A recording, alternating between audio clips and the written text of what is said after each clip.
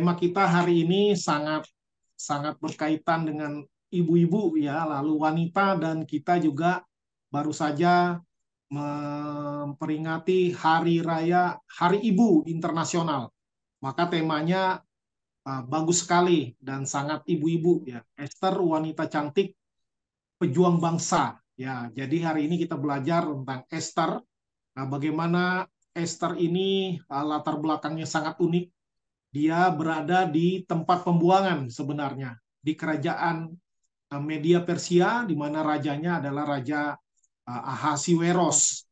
Nah, di keunikan dari kitab ini adalah tidak ada kata Tuhan atau tidak ada kata Allah di dalamnya, sehingga beberapa orang atau sebagian penafsir juga meragukan, kok bisa masuk ke dalam kitab suci sih?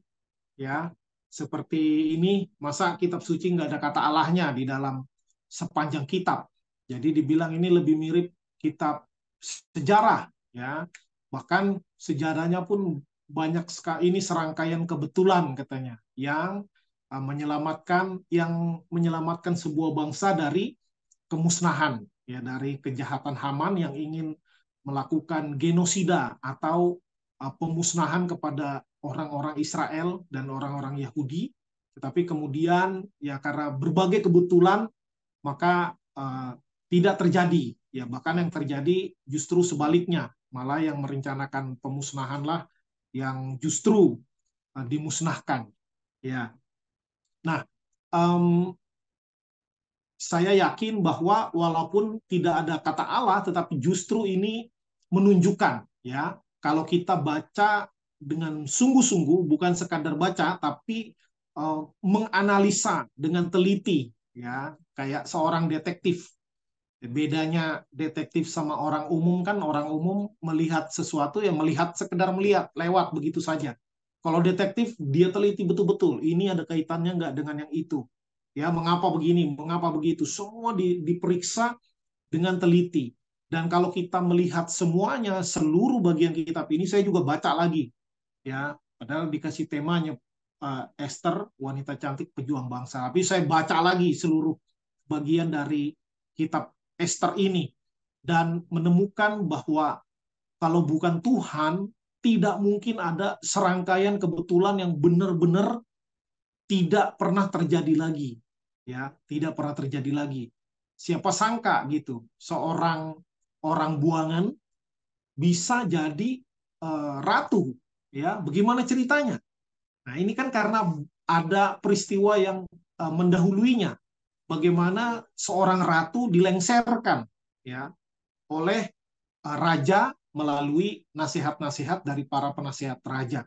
Ya, karena dipanggil, Ratu Wasti tidak mau menghadap raja, mungkin lagi sakit atau lagi ngambek, nggak tahu, nggak dijelaskan. Pasti ada peristiwa tersebut sehingga dibukalah uh, audisi, ya, pemilihan bagi calon pengganti ratu. Dan ini disebarkan ke seluruh negeri. Ini kerajaan bukan segede Jakarta ya, besar sekali. Kalau kita baca di pasal 1, di ayat 1 dikatakan ini ada 100 berapa puluh daerah nih, 127 daerah mulai dari India sampai ke Ethiopia. Nah, sekarang India masih ada, Ethiopia masih ada. Ini kerajaan besar sekali, ya. Banyak meliputi kalau sekarang dua benua ini, ya. Nah, Ethiopia itu ada di Afrika, ya, di India ya di Asia Selatan.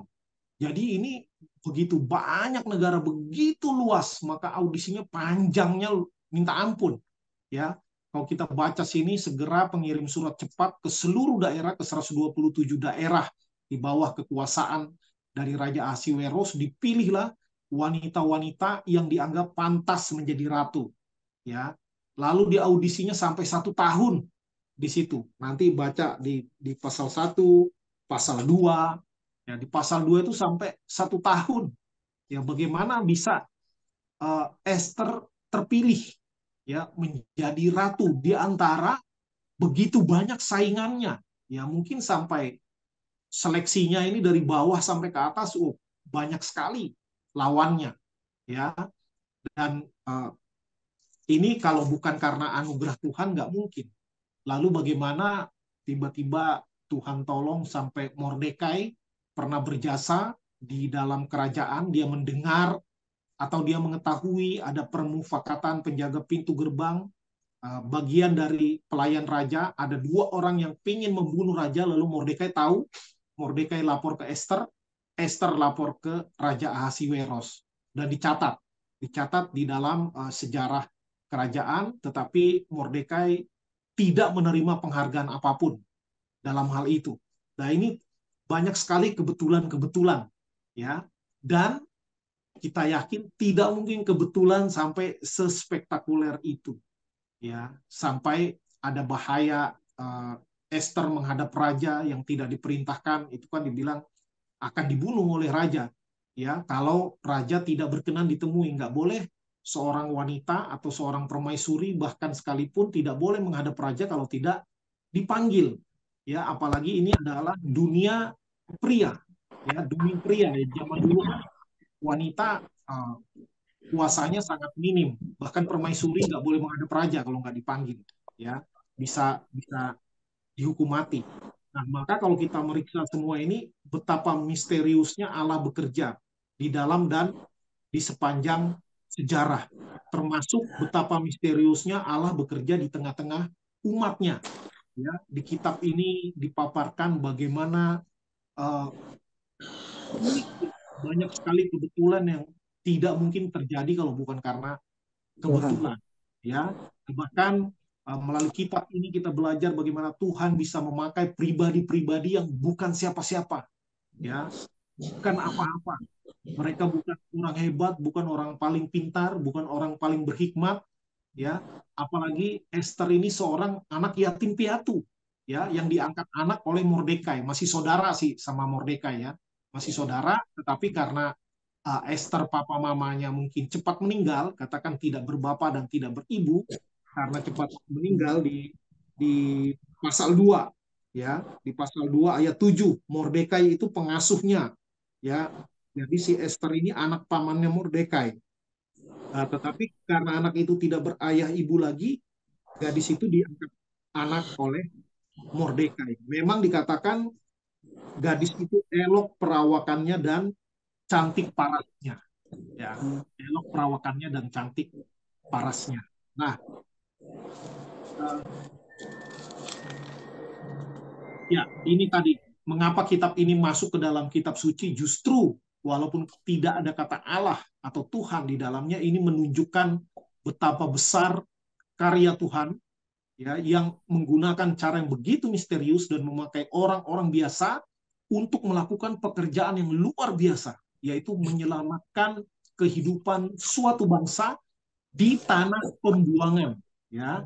Kalau dulu Indonesia banyak pejuang, ya karena orang asing masuk menjajah negeri kita, maka yang tanah air harus dibela dong. Loh, ini mereka bukan di tanah air, ini di negeri rantau, ya. Bagaimana orang tawanan, orang buangan, ya, bisa sampai karirnya sampai jadi ratu, lalu yang mengangkatnya jadi anak, menjadi nantinya Mordekai menjadi orang nomor 2, orang paling berkuasa di kerajaan Media Persia di dalam suatu kurun waktu tertentu, yang kekuasaannya setingkat saja di bawah Raja Ahasiweros. Wah, luar biasa. Ya, ini penyertaan Allah dan anugerah Allah yang luar biasa kepada umat pilihannya, yaitu orang Israel. Nah, berdasarkan tema kita, ya, kita belajar bahwa kecantikan itu adalah anugerah, ya, kecantikan. Dalam hal ini kecantikan fisik, ya, kecantikan wajah, kecantikan bentuk tubuh, ya, keindahan, itu semua anugerah, ya, bawaan lahir, nggak bisa ditolak, nggak bisa diminta, ya. Kalau Tuhan kasih ya kasih, kalau Tuhan nggak kasih ya enggak. Tetapi kita belajar bagaimana seorang Esther ini memang dikatakan dia elok parasnya, elok perawakannya, ya. Badannya juga dibilang ini bagus di sini, ya. Tetapi tentu itu tidak akan membawa dia sampai menjadi ratu, ya. Kalau hanya modal cantik secara fisik saja, ya. Beberapa teman sekolah saya dulu waktu SMA, ya, ada yang cantik-cantik tapi ngeselin. Karena apa? Sombong, ya. Sombong karena merasa cantik dan memang cantik, lalu merasa lebih hebat, lebih cantik dari orang lain, sehingga menempatkan dirinya di atas orang lain. Ya, dalam kata lain ya, jadi merendahkan orang dan meninggikan diri. Orang sebel sama orang yang gitu, walaupun secara paras dia lebih cantik daripada yang lain. Maka kita mengerti bahwa kecantikan itu bukan hanya sekedar fisik, tapi juga di dalam semua aspek, termasuk di dalam hal mental, ya, enggak gampang menyerah, enggak patah semangat, ya. Tentu secara spiritual kerohanian juga harus dewasa, bisa menghadapi berbagai-bagai persoalan kehidupan, tidak frustasi, apalagi bunuh diri, tidak mungkin, ya. Dan juga memiliki jiwa nasionalisme. Nah, ini kan di tanah rantau, di tanah rantau. Wah, ini luar biasa. Ada orang yang seperti ini paket komplit, ya, sangat langka. Ya, udah secara fisik dia cantik, ya bagus, badannya bagus, mentalnya bagus, kerohaniannya bagus, dan jiwa nasionalismenya juga luar biasa. Ya, sekarang di dunia sepak bola lagi heboh-heboh soal nasionalisme. Ya, karena tiba-tiba orang-orang setengah Indonesia yang punya darah Indonesia yang main di Eropa berduyun-duyun datang mendaftarkan diri menjadi pemain tim nasional Indonesia. Wah, bangga orang Indonesia. Jadi banyak sekarang pemain-pemain bolanya keturunan Eropa, tapi keturunan Indonesia juga. Ya, kenapa bisa begitu? Ya salah satunya tentu jiwa nasionalisme yang tinggi. Ya dipuji-puji. Esther juga gitu. Dia udah di perantauan tapi dia ingat bahwa dia orang uh, Yahudi. Ya. Nah, berikutnya kita langsung masuk kepada pembelajaran apa yang bisa kita ambil dari Esther di dalam perjalanan hidupnya, ya, di dalam perjalanan hidupnya. Yang pertama tentu bersikap terbuka pada pemeliharaan Tuhan yang menakjubkan, ya. Ini bagai kisah yang tidak nyata, ya, seperti dongeng luar biasa. Orang di dalam pembuangan yang pastinya identik dengan kemiskinan, ya biasanya orang buangan tawanan itu tidak boleh punya tanah, tidak boleh punya aset, maka pasti ekonominya biasa-biasa saja, ya kalau tidak mau dibilang miskin. Tetapi dia dikaruniakan Tuhan kecantikan, dan dia dikaruniakan Tuhan keanggunan sikap hidup. Ya, kalau kita mau baca nanti baca ulang aja coba. Esther pasal 1 dan Esther pasal 2.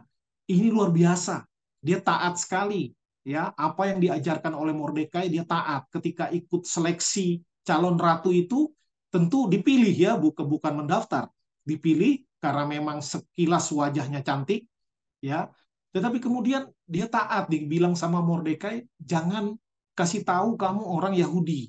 Ya, karena itu negeri yang menyembah para dewa, ya, bukan menyembah Yahweh. Maka dia sembunyikan dulu identitasnya, bukan berbohong, ya, dia tidak kasih tahu. Ya, dia orang dari Israel, dia seorang Yahudi. Lalu ketika di pasal 2 itu dijelaskan bagaimana diperlakukan putri-putri ini. Wah, setahun itu badannya dilulur, ya, dikasih cem-ceman, 6 bulan katanya dikasih minyak mur, 6 bulan kemudian juga dikasih minyak-minyak lain. Saya mikir direndam kali ini atau dioles tiap hari. Ya mungkin ini nggak usah pakai parfum lagi, udah wangi karena mereka dioles terus. Ya, coba nanti baca pasal 2. Wah, itu dan mereka berhak meminta apapun yang mereka mau untuk mendukung penampilan mereka.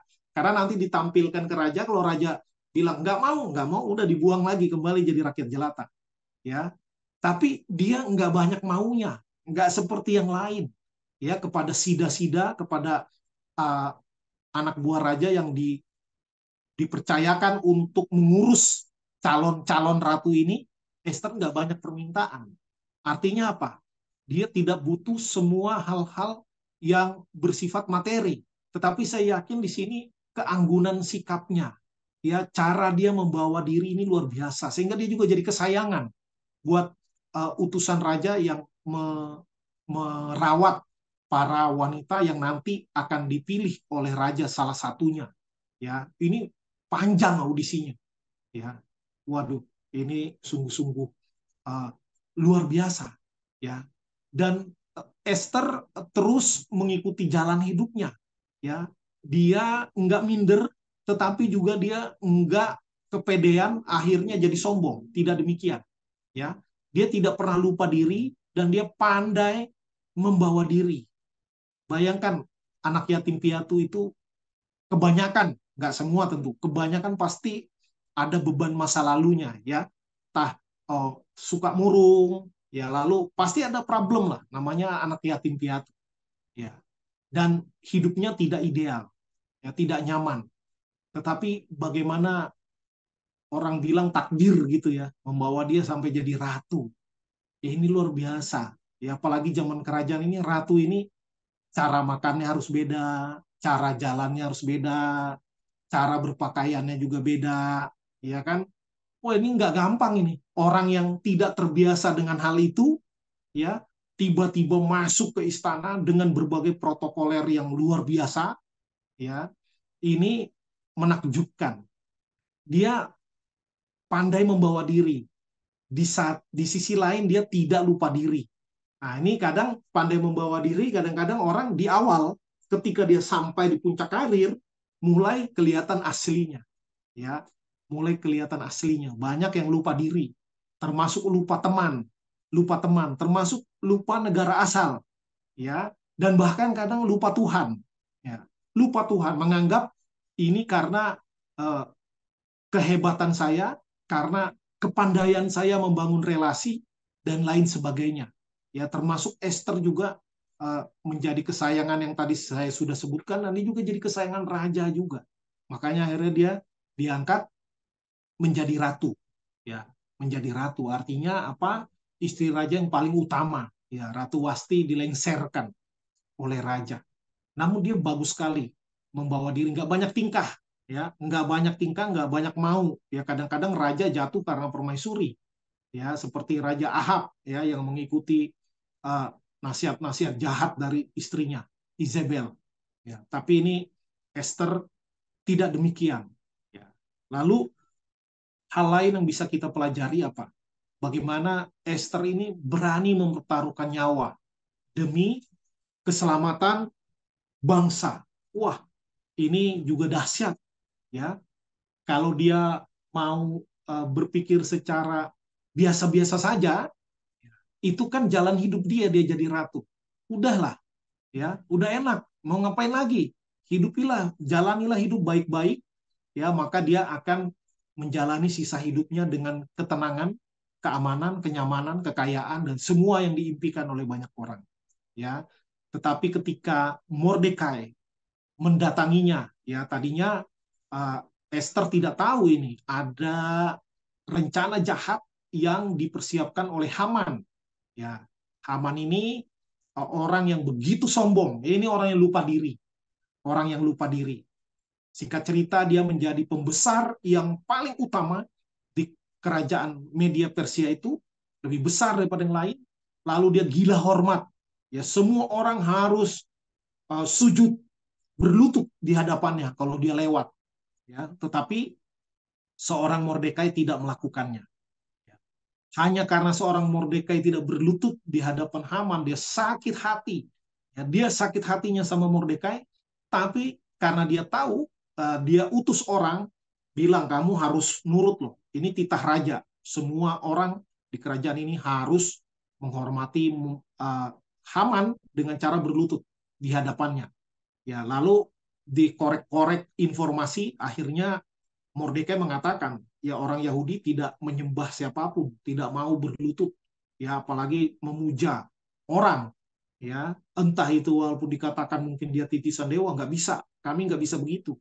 Ya akhirnya diketahui, singkat cerita diketahui bahwa Mordekai adalah seorang Israel, seorang Yahudi yang tidak mau berlutut menyembah selain kepada Tuhan saja, maka dia bencinya bukan cuma kepada Mordekai. Haman benci kepada semua orang Israel. Ya. Maka dia berupaya dengan muslihatnya ngakalin raja. Dikatakan ada suatu bangsa keturunannya yang tidak mau menyembah, yang tidak mau berukti, dalam kata lain tidak mau taat kepada aturan kerajaan. Siapa itu? Ya udah. Ya, bagaimana kalau dibasmi saja raja? Ya, singkat cerita, raja setuju. Lalu Haman segera membuat SK istilahnya atau surat perintah ya, yang dicap oleh materai raja. Kemudian direncanakanlah membunuh semua keturunan Israel, ya, ditentukan tanggalnya tanggal 13 bulan 12, tapi bukan bulan Desember ya, bulan Adar menurut kalender mereka. Ya, tanggal 13 bulan 12 katanya akan dibasmi, dimusnahkan, digenosida ya, semua keturunan Israel, dan itu diketahui oleh Mordekai, dan Mordekai lapor ke Esther, ya, lalu minta tolong, Esther, tolong, ini bangsa kita mau dibasmi sama si Haman, tolong kamu kasih tahu raja, ya. Dan Esther bilang ini melalui utusan, ya, melalui utusan. Jadi kalau sekarang enak tinggal video call, ya, zaman itu harus lewat utusan. Mordekai ngasih tahu ke utusan, utusannya ngasih tahu Esther, Esther kasih tahu utusan, utusan kasih tahu Mordekai. Nah, itu beberapa kali tiktokan mereka melalui cara itu. Dan Esther bilang nggak boleh menghadap raja, ya, semua orang kerajaan tahu, ya, rakyat pun banyak yang tahu bahwa menghadap raja kalau nggak dipanggil, kalau raja tidak berkenan ditemui, raja berhak membunuh orang itu walaupun itu permaisuri, ya.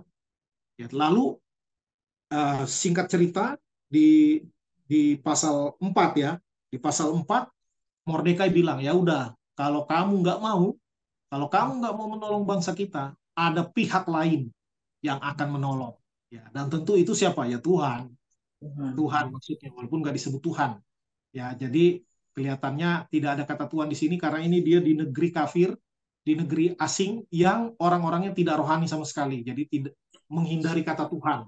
Mungkin, ya, ini tafsiran, ya, mungkin. Seperti kita kadang-kadang nggak enak pakai kata Tuhan, kita ngomong yang di atas. Ya, semoga yang di atas menolong. Ya, yang di atas bukan yang di lantai 4 maksudnya, ya. Orang lantai 3 bilang semoga yang di atas menolong. Orang lantai 4 bukan. Maksudnya Tuhan, ya, kadang gitu. Nggak enak menyebut langsung pakai istilah lain. Ya, pihak lain yang akan menolong, kata Mordekai. Dan Mordekai menutup pesannya kepada Esther melalui utusan bilang, mungkin kamu menjadi ratu untuk maksud itu, ya. Artinya ada maksud Tuhan di dalam segala sesuatu. Esther dikaruniakan kecantikan, dikaruniakan cara membawa diri yang luar biasa, dan sampai kepada jabatan ratu, mungkin untuk itu Tuhan maksudkan. Akhirnya Esther mengambil keputusan yang luar biasa. Dia menghadap raja, ini di pasal 5, ya, di pasal 5. Dia menghadap raja dengan resiko dibunuh, ya, tetapi ya tentu dia kesayangan raja. Ya, raja mengulurkan tongkat emasnya, maka Esther tidak dibunuh tetapi diberikan kesempatan berbicara, ya.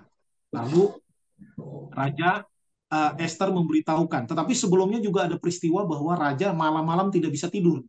Tidak bisa tidur, lalu raja menyuruh anak buahnya untuk membacakan kitab, ya, atau mengambilkan sebuah kitab catatan sejarah, ya, catatan harian lah istilahnya.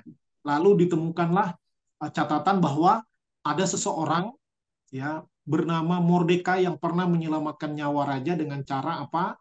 Dengan cara melaporkan rencana pembunuhan raja kepada Esther, lalu Esther lapor ke raja, akhirnya kedua orang yang merencanakan pembunuhan itu dihukum mati. Ya, lalu raja tanya, orang itu dia udah pernah dapat apa karena jasanya itu? Enggak dikasih apa-apa. Ya. Nah, ini jadi kayak kebetulan yang lain, tapi saya yakin dan saya yakin kita semua juga meyakini bahwa itu rencana Tuhan, memang jalan Tuhan yang misterius, ya, yang misterius. Dan akhirnya uh, raja nanya ke Haman lagi, Haman, menurutmu orang yang berjasa kepada raja kerajaan apa yang perlu dikasih? Wah, Haman karena dia adalah pejabat tertinggi di bawah raja, dia pikir dia yang dimaksud. Maka dia ngomong yang bagus-bagus. Dia harus dikasih jubah yang biasa dipakai raja, harus dikasih kereta dan kuda yang biasa juga dipakai oleh raja. Pokoknya yang keren-keren semua dia bilang, karena dia pikir untuk diri dia. Lalu raja bilang ke Haman, ya udah, perbuatlah itu kepada Mordekai. Kaget dia, loh, itu orang yang mau saya bunuh, kok malah raja suruh, tapi karena raja memerintahkan, tita raja nggak bisa dilawan, akhirnya Haman membawa keliling Mordekai dengan pakaian kebesaran, dengan kereta kebesaran, keliling itu benteng Susan atau kota lah, kota, ya, benteng itu kan kota, itu dikelilingi benteng. Ya. Dikelilingi kota, beginilah harus diperbuat kepada orang yang berjasa kepada raja. Ya, jadi Haman harus ngomong itu, ngomongin Mordekai yang dipuji-puji di seluruh negeri. maka tambah kesal ya, ya padahal dia udah menyiapkan tiang gantungan untuk Haman. Ternyata Tuhan memutarnya dalam sekejap. Malah Mordekai yang mau dibunuh malah dihormati. Ya, lalu cara Esther ini pun luar biasa. Dia nggak langsung bilang, nggak seperti orang yang udah terlalu emosi, tidak bisa mengendalikan diri. Nggak. Esther mau ngomong ke raja, si Haman ini jahat, caranya bagus sekali. Dia undang raja di dalam perjamuan, Haman juga diundang, dan hanya Haman yang diundang untuk perjamuan yang dilakukan Esther.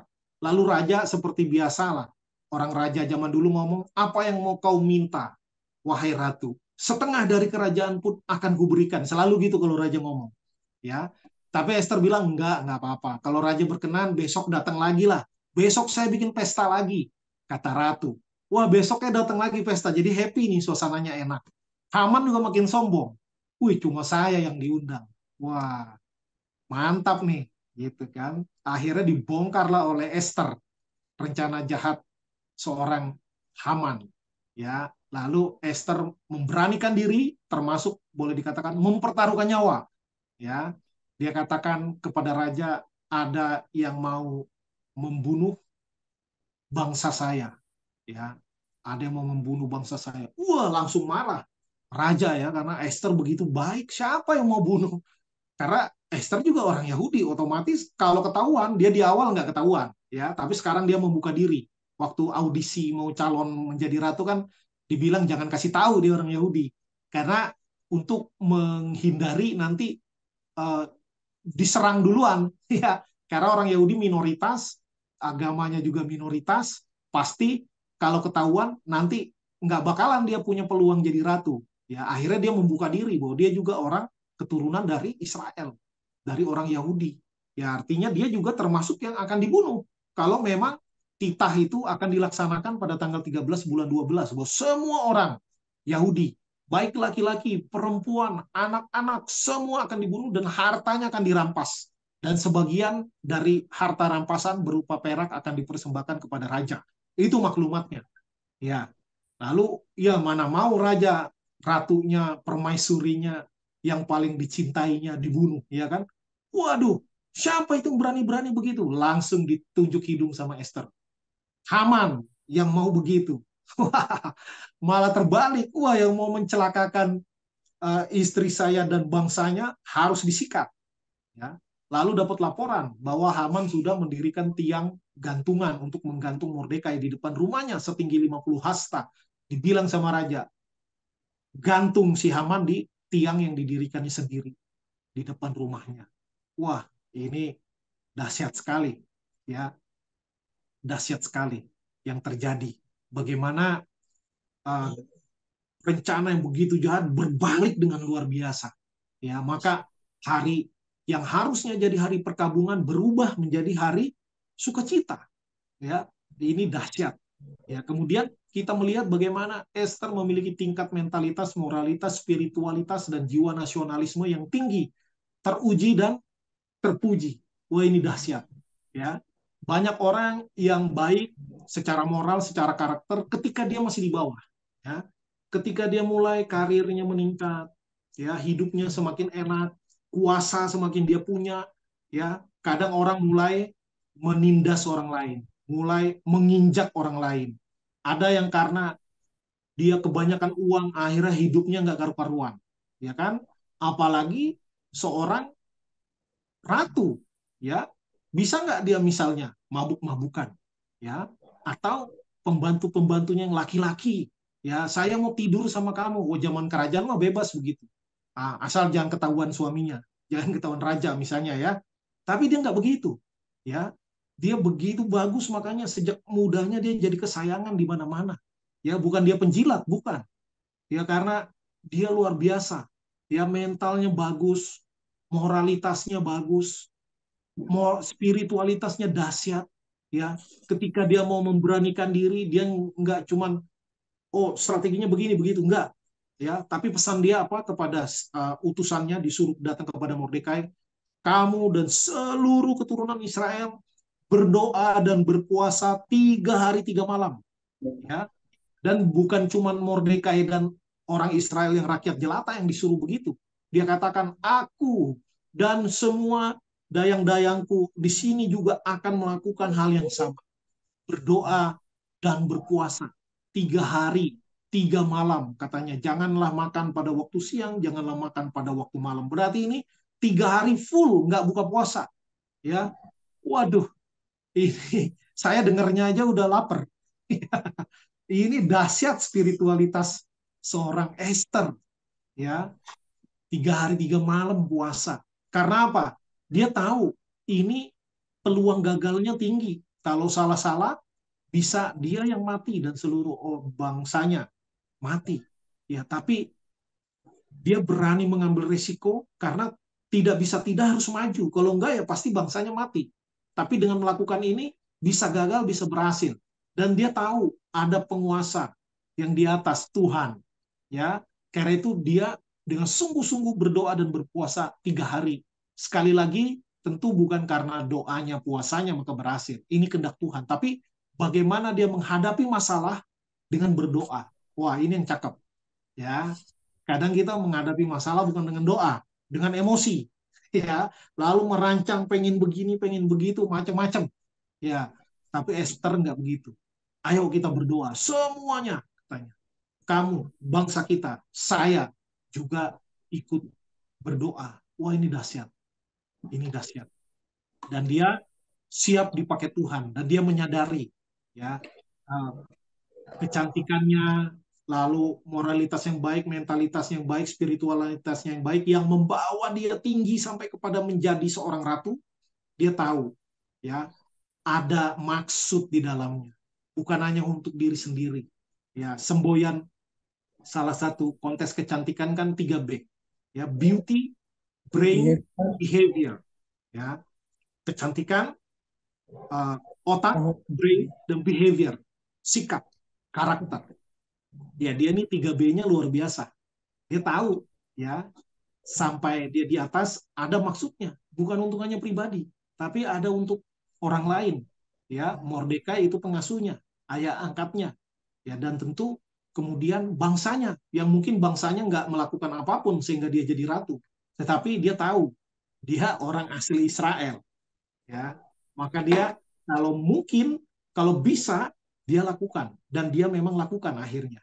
Ya, ini luar biasa. Maka sebagai perenungan dan penerapan bagi kita, ya tentu yang pertama, rawatlah dan tingkatkan kecantikan batiniah kita. Kok cuman kecantikan batiniah? Iya, karena kalau kecantikan jasmania dari sononya, ya nggak bisa dibentuk-bentuk lagi ya kecuali operasi. Tapi dengan operasi pun, ya tetap aja lama-lama kecantikan jasmania akan dan pasti yang merosot. Ya, mau pakai krim anti penuaan kek, mau dioperasi tarik kerutnya nggak kelihatan kek, ya. Uh, Oke, kerut nggak kelihatan. Sampai umur berapa? Kalau kita sampai umur 90 tahun, masa nggak ada kerut? Nggak mungkin. Ya, maka kecantikan batinnya pasti merosot. Ya, pasti merosot. Kecantikan jasmaniah maksudnya. Tapi kalau kecantikan batiniah, itu bisa ditingkatkan terus. Ya, justru semakin badan jasmaniah kita merosot, seharusnya iman dan kecantikan batiniah kita, kecantikan rohaniah kita harus terus naik. Ya. Dan itu perlu ditingkatkan terus. Dan salah satu caranya dengan mensyukuri setiap anugerah dan berkat Tuhan dalam kehidupan. Ya, hitunglah berkatnya. Itu lagu yang kemarin kita kenaikan ya. Hitunglah berkatnya. Pasti kau lega. Jadi jangan um, berfokus kepada masalah, kepada kesulitan, kepada kekurangan yang pernah terjadi, ya. Tetapi harus lebih melihat bagaimana di sepanjang sejarah kehidupan kita Tuhan berkali-kali dan terus-menerus Tuhan tolong, ya. Tuhan izinkan kita susah, ya. Tapi Tuhan tolong pada akhirnya, ya. Pada akhirnya Tuhan tolong itulah yang harus terus kita ingat, ya. Sehingga apa? Sehingga kita lebih kuat dan selalu ingat dalam kondisi kita sekarang ada maksud Tuhan. Ya, entah sekarang kita lagi senang, entah sekarang kita lagi susah, ada maksud Tuhan di dalamnya. Ya, mungkin kalau kita lagi susah Tuhan mendidik kita untuk apa? Bertahan, bertahan dalam keadaan yang sulit. Mungkin nanti dengan itu orang belajar dari kita. Ya, dia orangnya tahan banting, ya, tahan badai.